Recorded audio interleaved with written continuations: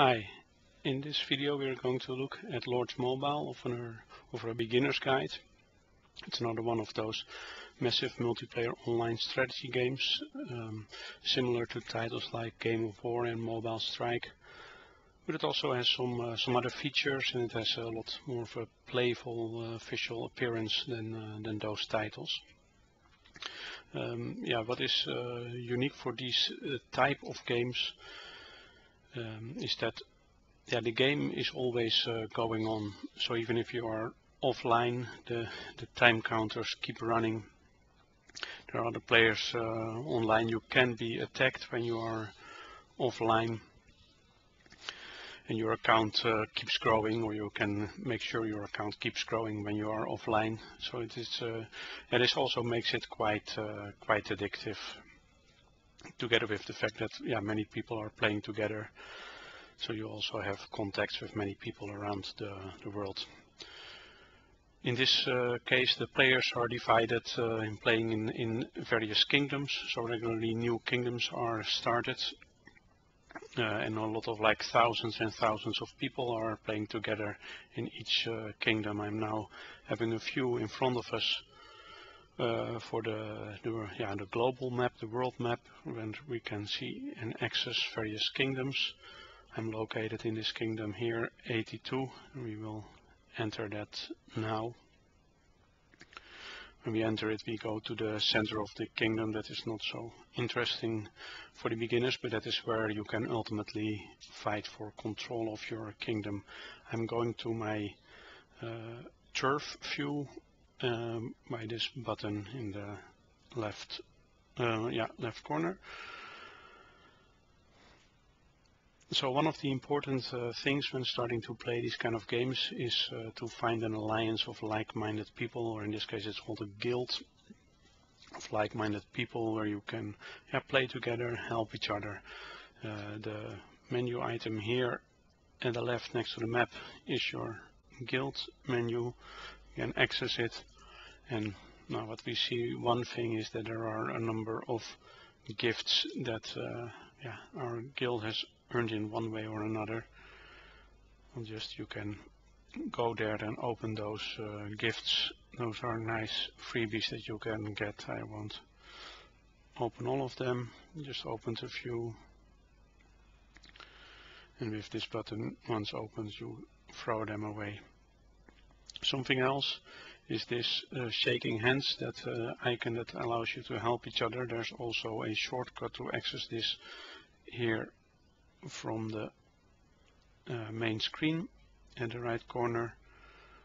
Click that. You can click help all. In this case you see various of your guild mates that are building or doing research. We will get into that later, and you will help them by clicking this, and as a result 1% of their remaining timers will be deducted. Very important, very nice to grow, help each other grow together. There is this bouncy crate that you can collect. Once you collect it, you claim, and then a new timer, a little bit less than 3 minutes now, starts to go down. So that's quite nice. Just some small goodie. Also always pay attention to it and grab it when you can. So what's important to kind of go together, locate together. It allows you to help each other with resources, so you can slay monsters together, you can attack enemies together, you can defend against enemies together. So once you found a guild, it's important to locate together. Often a guild already has kind of a location where most of the players are located. Just ask where that is, and then you should have some relocator items, and you get kind of a novice relocator when you start, which allows you to relocate as long as your base is not above level 5, and that way you can relocate to the others. That's always much appreciated, so definitely do that. We are already relocated here together, as you can see, with some other members of this group. So if you look, we go back to the turf. If you look here, there are a number of buildings. Oh, let's first, yeah, besides the buildings, there's also this gold statue, and those represents a hero game. So you have not one hero like in some other games, but you have, yeah, you can have quite a large amount of heroes. This hero game is quite important because it allows you to upgrade your heroes and unlock new heroes. To play this you need stamina, and here at the left top you see your stamina amount. So currently I have 114 out of the possible 120 stamina, and it recharges slowly over time. So I now click on this golden statue, then I get to the hero game. I'm not going to play any new levels, that's a bit time consuming for this beginners video. I will make a new guide and video on this hero game shortly, at least I plan to. I will go back, this is chapter 2, I will go back to chapter 1. And here are stages that I have already completed. And this is definitely something to pay attention to.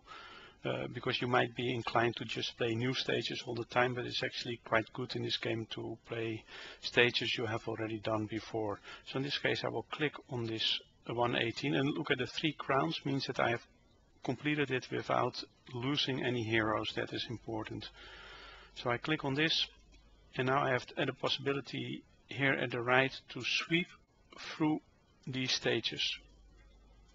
And either I do it with 1 or 10. Well, I'm going to do it with 10, which is always good. So this time you quickly play it 10 times in a row automatically, and you get all the experience and goodies. After that you have this button at the bottom to add your experience. You should definitely do that. I will do a little bit of that via another way just now, but this is very good, and you should make sure that each day you finish your available, or each time you finish your available stamina. As you can see now, it has already gone down to 54 out of 20. You finish your available stamina so that you keep on upgrading your heroes. So the heroes are accessible via this helmet icon in the menu bar almost at the right. I will click on that. Basically, when you have done some activities here, sometimes you see this exclamation mark. If you see that, you should always just click on it and follow, and you see something blinking here. You click on equip. I won't go into too much details, do that in another guide, but this is necessary to make your heroes stronger.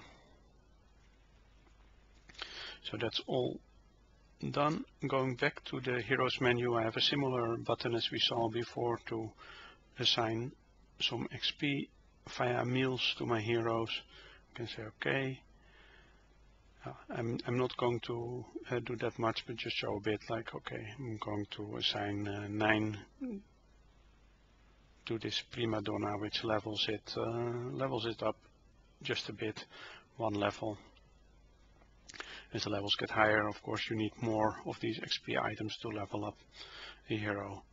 So keep doing that, and for now that is just important. If you see those exclamation marks, keep on going and improving your heroes.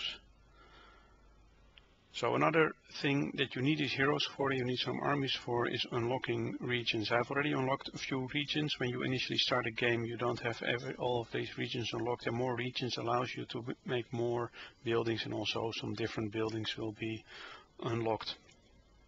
The regions are locked or need to be unlocked in a certain order. This one is the next for me. I will just look into that.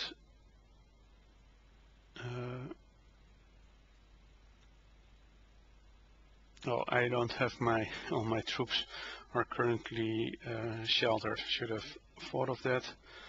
It's actually an important feature. So there is a shelter building in your base that's located here next to my castle, which is located here is the castle and here is the shelter. And in this building, the shelter, you can decide, for example, for 12 hours to shelter some troops. You can always get them out earlier, so it's always wise to choose the 12 hours. Maybe I shouldn't go to this unlock region, but in this unlock region, once you have some troops, you've upgraded your heroes, you can often unlock the next region. So go there and just follow the instructions and start a battle. And if you're not strong enough, you will get a warning that you're not strong enough yet. You need to train more troops, upgrade your heroes more. But it's important to unlock those regions soon, so you can have more buildings and make your account stronger. So now I'm going to look at some of the individual buildings. An important one of them is the academy. Here you can do research, and having you have various categories of research. For example, the economy category, important in the beginning, with some projects like construction speed, where you improve the speed with which you upgrade buildings. Also food harvesting is your food production, so you can do that. There's a number of requirements like an academy level and some resource requirements. I meet those often. Gold is the difficult requirement to meet for the research. Some of them require quite a lot. And you have an original time and an actual time. Actual time because I've been improving my research speed as well a bit. I will show that later. So now I will click the research button to start this research. It's good to, as much as possible, keep research going all the time. I already clicked the help button next to the bar. Should have probably explained that first, but the help button asked my guild mates to help me, similarly like I help my guild mates via this help all, and you can see now some pop-ups that people are helping me, which reduces time from the remaining timer. So that's always good to do. You can see another help, and it decreases a bit the timer each time. So that's great, great stuff. Okay, that is the academy. Another important building that you can actually have more than one of is the barracks, is where you do your troop training. So currently you have different tier troops. Currently I've only unlocked the tier 1 troops. They're actually unlocked automatically. Higher tier troops you need to unlock in the academy. So you can just select the troop and click on train. So it's good to train a lot of troops so that you have sufficient to at least unlock those other regions that we just mentioned about, but also that you can fight with others, you can defend yourself, you can also use your troops for gathering resources. So it's just important that you have plenty. So that's an important building. So you see that I have quite some different buildings. I will not go into all of them, but what you can do and should do is also upgrade your buildings. Here I have a mine, and any building you can click upgrade, and if you meet all requirements, also like a castle level and resource requirements, sometimes there are some other prerequisites. It's not always only on the castle, and you can upgrade this as well. And again, a help appears, and you can click help appears here, and you can click that help button to ask for your help for that building upgrade as well. That's important to keep going as much as possible. Always have a building upgrade going. So now you see that we already have 3 timers: a building upgrade, a research, and a troop training. Another building is the castle wall. Very interesting as well. In the castle wall you have the opportunity to build some traps, and traps help you defend against incoming attacks. I'll just look at some spikes. Each traps have their own specific type of troops they are strong against. In this case the cavalry. I'm not going to build that much. I'm just going to build around 1,000 of these and build a little bit of all. Also here the traps have to be unlocked. Different tiers of traps have to be unlocked in the academy there is a defense section, just like the military section for your troops. So what is some measurements of how strong your account is the might. At the left top you see a might number. For all kind of things that you do, you get this might increases. I will click on it now and then click on this bar chart at the left top. And if we scroll down now a bit, we will see a breakdown of the might. So you have the research, you have your building might, you have your troops might, you have your hero armies might, and a few others. So all these categories can be improved. Often, although it doesn't directly say something about how strong you are, it is used often as a reference of players for how strong they are and how active they are. Guilds tend to put some requirements on might. You have to be at least 50,000, at least 100,000, and it keeps increasing to be allowed to join a guild or stay in a guild. So it's important to keep improving your might via all kind of different ways as well. So that's a reason to keep those researches, those buildings, and those troop trainings going.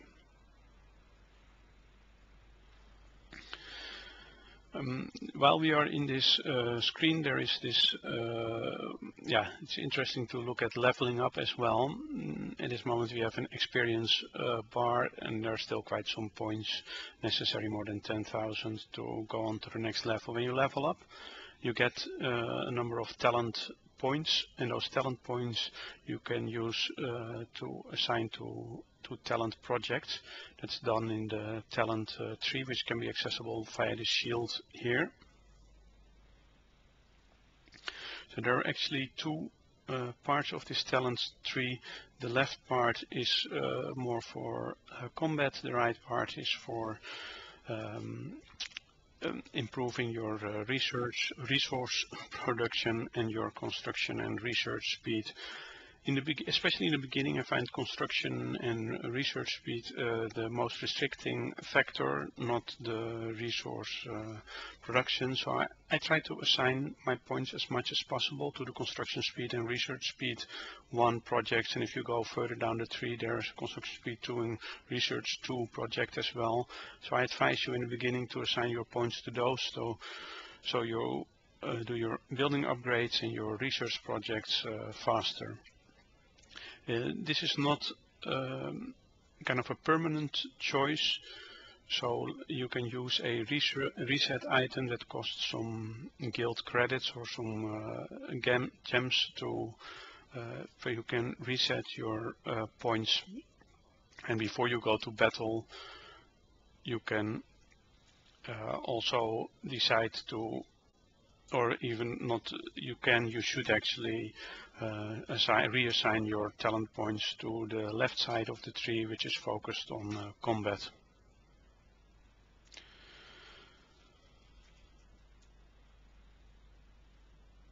So what is another thing that is maybe interesting to show, I hope I find, which is the concept of monsters. It can be found on the map. I'm trying to find one, not sure if I'm successful. Might be also that we're just in between some, I don't see anyone now. I'm not, oh yeah, here's one. Okay. These monsters can be hit. I'm not really going to do that now, but you can click on one and then either do a single hit with this button, or you can do a multiple hit with this button, and then you can send your heroes out to hit it. You need to do research as well to do more damage. Initially the damage you do is very, very limited. But you get some goodies from that, and if you're able to kill a monster, you should do that together with your guild mates. But if you are able to kill a monster, then all your guild mates get a gift, so that's good to focus on as well together. The energy bar here next to the avatar determines whether you can whether you still have energy to hit those monsters. So what is another thing I wanted to show you? It's a bit more advanced, but still good to be aware about for beginners as well. Once you hit your castle to level 5, so this building, your main indicating which level your account is. Once you hit that to level 5, you will have events available, and they can be accessed via this icon here with either a solo or hell in it and a timer. So these are some events that you can, where you can win actually some prizes for just doing things. Like in this case, it's an event that gives you points for training soldiers, doing research and doing building upgrades. Good to pay attention to that. Sometimes it can be even beneficial to use some gems or some speed ups to complete a stage to win prizes, and then you get some prizes back that can compensate for the games and speed ups that you have invested in this. Another thing I wanted to show you, actually quite important, is the quests. You get turf quests for doing all kind of things that you can collect. With those turf quests give you some might and some experience and some resources. Then you have your admin and guild quests. You can collect these once you have first started one. So they have different colors. Green is higher than white, and the white and green ones are quite common. Other ones are even higher level that give you more experience and more resources. It's good to always look at this. Every 6 hours they refresh, and they will give you quite some important experience. Sometimes they give you some materials as well, which is important as well.